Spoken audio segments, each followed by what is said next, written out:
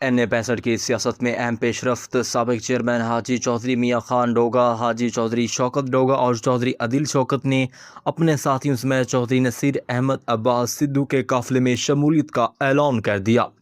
جوڑا میں منعقدہ ایک پرہجوم تقریب کے دوران ان اہم شخصیات نے اپنی سابقہ سیاسی رفاقت پی ٹی آئی کو خیر آباد کہہ دیا اور ایم این اے چودھری نصیر احمد عباس کی قیادت پر مکمل اعتماد کا اظہار کرتے ہوئے ان کے قافلے میں شامل ہونے کا اعلان کیا۔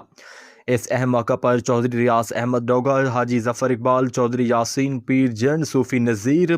چودھری عباس ممبر کسانہ، چیئرمین چودھری انور